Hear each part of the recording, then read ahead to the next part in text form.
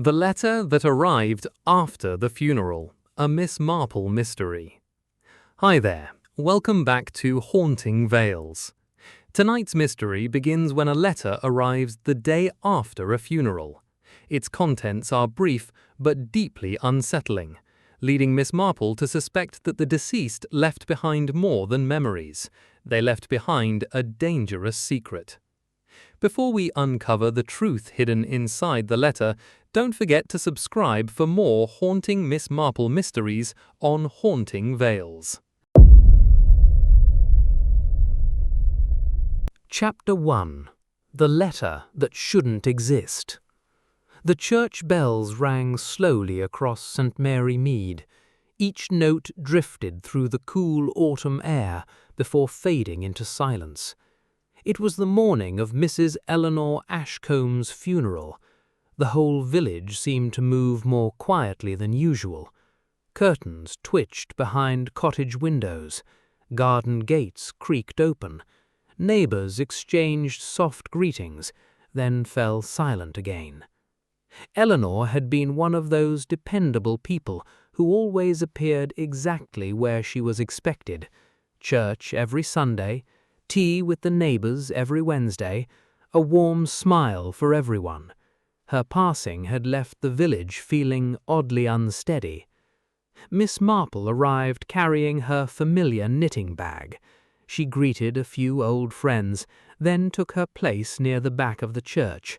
Her eyes wandered gently across the congregation, not because she was curious, simply because she'd learned long ago that funerals revealed far more about the living than they ever did about the dead. Grief changed people. Some became quieter, others talked far too much, a few tried very hard not to look at one another.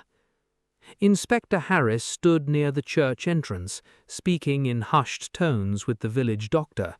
From where Miss Marple stood, their conversation looked routine enough. The doctor appeared calm. The inspector nodded once or twice. Neither seemed to suspect there was anything unusual about Eleanor's death.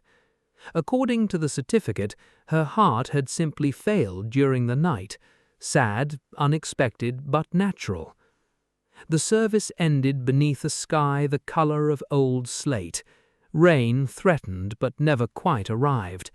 One by one, the mourners followed the coffin into the churchyard. Damp leaves clung to polished shoes. The wind stirred the bare branches overhead. Someone quietly began to cry. Someone else looked relieved that it was finally over. Miss Marple noticed both reactions. She often did. By early afternoon, Ashcombe House had filled with visitors once again. The large drawing room felt strangely hollow without its owner. Tea waited untouched upon a silver tray. The fire crackled gently. Eleanor's solicitor arranged a neat pile of papers upon the writing desk, while her distant nephew, Charles Ashcombe, stared impatiently at the clock. Mrs. Beatrice Holloway, Eleanor's closest companion, sat near the window with both hands wrapped tightly around a teacup that had long since gone cold. Then came a sharp knock at the front door. The maid answered it. A moment later she returned, looking puzzled. "It's the postman, sir." The solicitor frowned. "At a time like this?" The postman stepped inside, removed his cap, and held out a single cream-colored envelope. "Letter for Mrs. Eleanor Ashcombe." Nobody moved. The solicitor cleared his throat. "I am afraid you've come too late. Mrs. Ashcombe was buried this morning." "I know, word travels fast round here, but this arrived with the first delivery today. I couldn't leave it yesterday because it hadn't reached the sorting office." He handed over the envelope. It looked perfectly ordinary. Cream paper, a simple stamp, no return address. Then Miss Marple leaned forward. "May I?" The solicitor passed it to her without a word. She studied the handwriting for several long seconds. Her expression didn't change. That alone was enough to make Inspector Harris uneasy. "Is something wrong?" he asked. Miss Marple turned the envelope over slowly. "The handwriting," she said. "It belongs to Mrs. Ashcombe."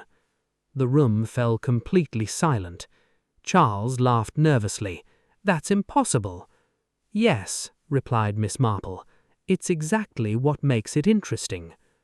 The solicitor carefully broke the seal. Inside rested a single folded sheet.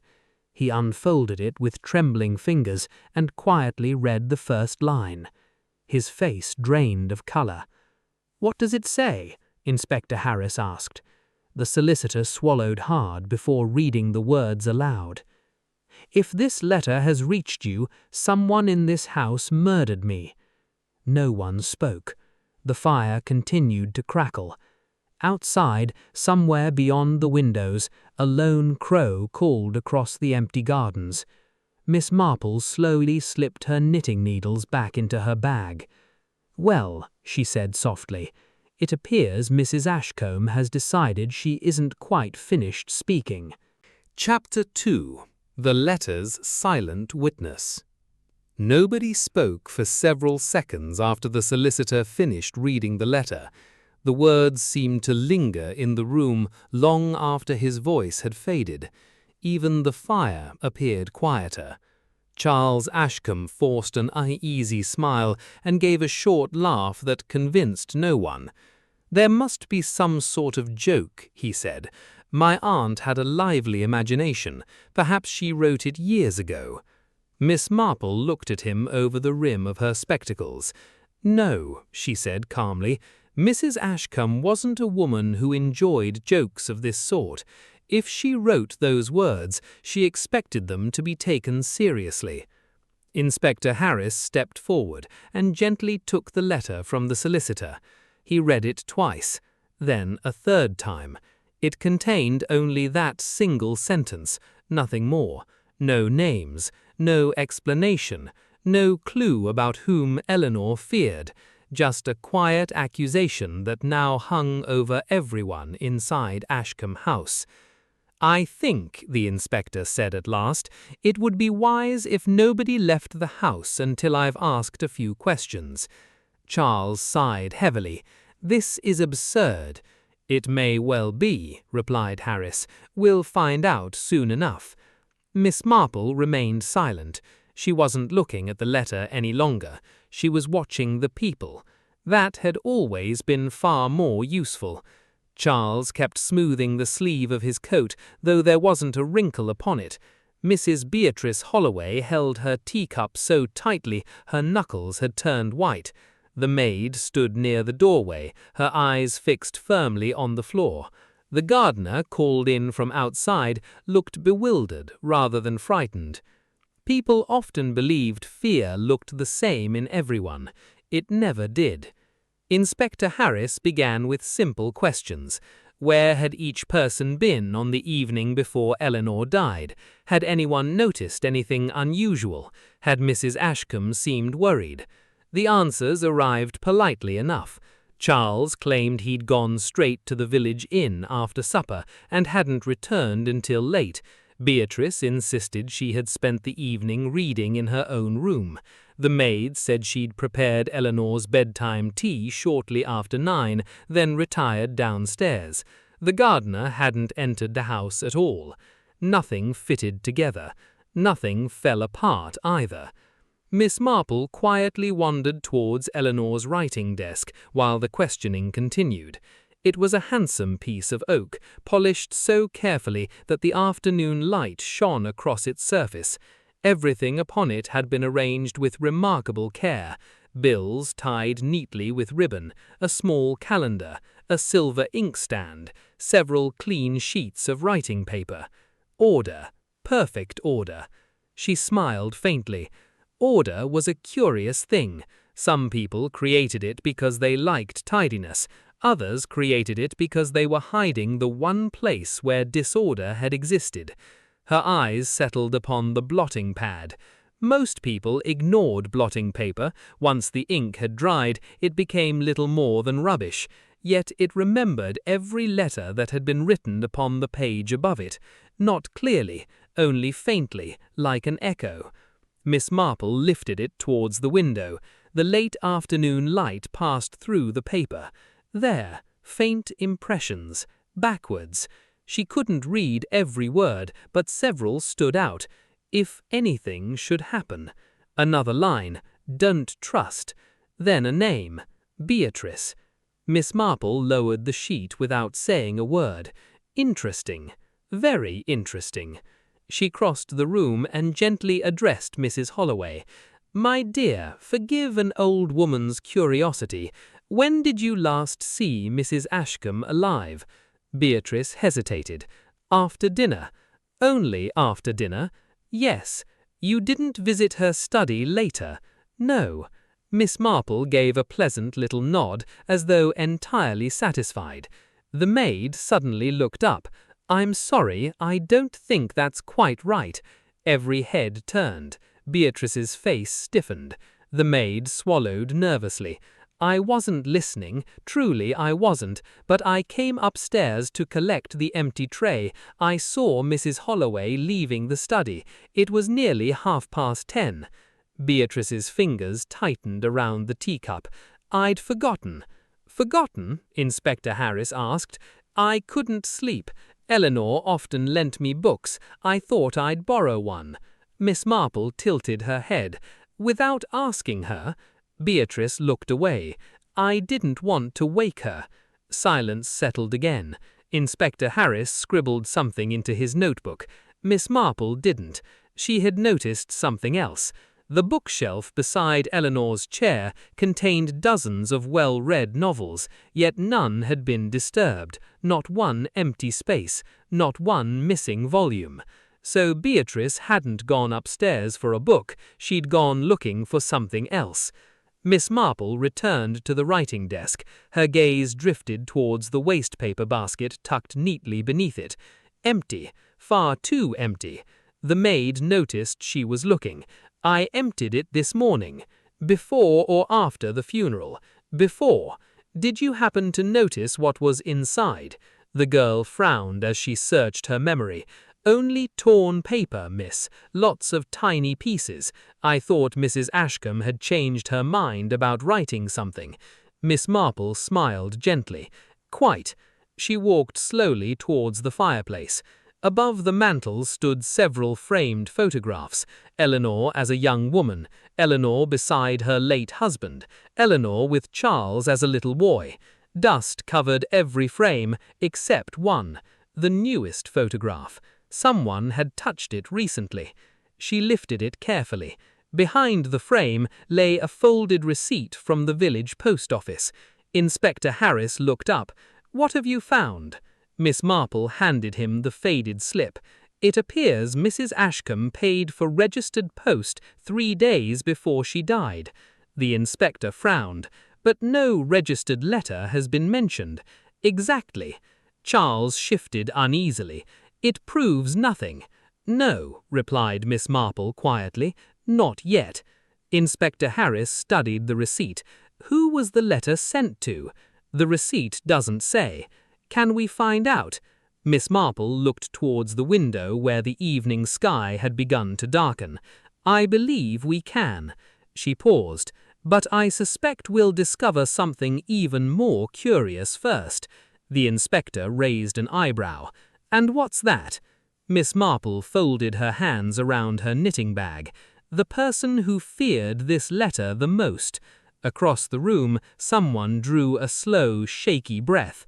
Nobody admitted making the sound. Chapter 3. The letter kept its promise. The following morning arrived cold and clear. A thin mist drifted across the gardens of Ashcombe House, softening the hedges and blurring the old stone walls beyond them. Inside, the drawing-room felt far less welcoming than it had only 2 days before. Nobody spoke unless they had to. The untouched breakfast tray still rested on the side table. Even the clock upon the mantel seemed louder than usual, its steady ticking filling every silence. Inspector Harris had asked everyone to return. Charles Ashcombe arrived first, looking tired and impatient. Mrs. Beatrice Holloway followed a few minutes later, her face pale after another sleepless night. The maid stood quietly beside the door, twisting a handkerchief between nervous fingers. The gardener remained near the window, clearly wishing he were anywhere else. Miss Marple entered last, carrying her knitting bag as though this were nothing more than an ordinary morning visit. Inspector Harris looked towards her. "You sounded rather certain yesterday." "I was." "And you've solved it?" Miss Marple smiled gently. "I believe Mrs. Ashcombe solved it herself. She simply needed someone to read the answer." The inspector placed the mysterious letter upon the table. "I've checked with the village post office. Mrs. Ashcombe did send a registered letter 3 days before she died. It went to an old school friend living in another county." Miss Marple nodded. "Exactly as I expected." Charles folded his arms. "I still don't see what any of this proves." "You will." The room became still. Miss Marple rested one hand lightly upon the back of Eleanor's favorite chair. Mrs. Ashcombe had grown suspicious during the final weeks of her life, not frightened without reason, suspicious.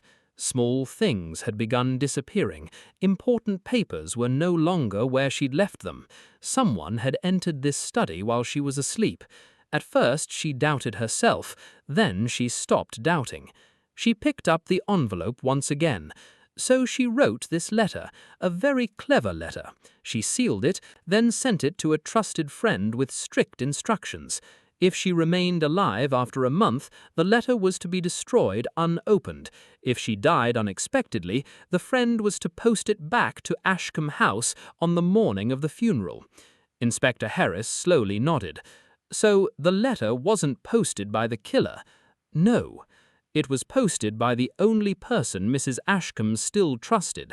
Miss Marple looked across the room until her eyes settled upon Charles, which meant the killer never had a chance to destroy it. Charles shifted uncomfortably. "This is all speculation." "Not quite." She walked calmly towards the writing desk. "When I examined the blotting paper yesterday, I found part of another letter Mrs. Ashcombe had begun writing. She never finished it, but I could read enough to understand what troubled her. She wrote that someone had become unusually interested in her new will." Charles said nothing. Miss Marple continued. "Later, I asked the solicitor a very simple question. When had Mrs. Ashcombe changed her will?" The solicitor cleared his throat. "5 days before her death." "And who lost the most because of that change?" The solicitor looked slowly towards Charles. "You did." Charles laughed, though there was no humor in it. "So that's your evidence?" "No." Miss Marple's voice remained calm. "My evidence arrived this morning." Inspector Harris reached into his briefcase and removed a small brown medicine bottle. "We found this hidden behind loose bricks in the potting shed." The gardener stared in surprise. "I've never seen that before." The inspector continued. "The village chemist identified it immediately. A heart medicine, safe in tiny amounts, deadly if someone poured nearly the whole bottle into a single evening drink." The room fell silent. Miss Marple spoke softly. "Mrs. Ashcombe took that medicine every night.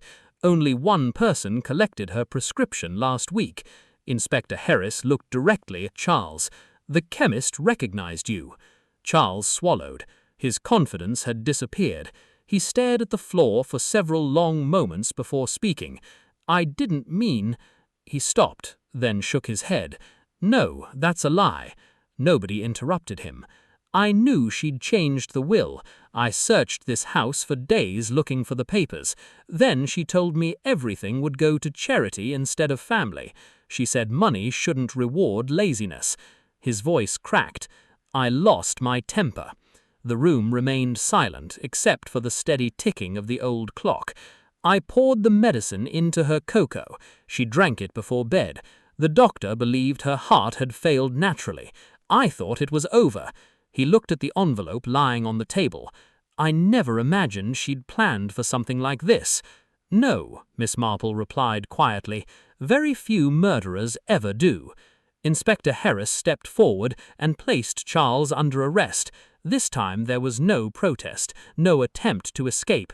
Charles simply lowered his head and walked towards the waiting police car outside. The front door closed behind him. A moment later, the engine faded into the distance. Peace settled over Ashcombe House once more. Mrs. Holloway looked at Miss Marple with quiet admiration. She caught him, even after she was gone. Miss Marple smiled as she picked up her knitting. I think Mrs. Ashcombe understood people rather well. She knew that guilt is patient. It waits. Sometimes all it needs is one small envelope to find its way home. She stepped towards the front door and paused for a moment, looking back at the empty drawing room. There will always be another quiet village, another respectable house, another secret hidden behind ordinary smiles. If you enjoyed solving this mystery with Miss Marple, do leave a like, subscribe to the channel, and tell me in the comments which clue the killer gave away first. Until next time, keep your eyes open. The truth often arrives when everyone believes the story has already ended.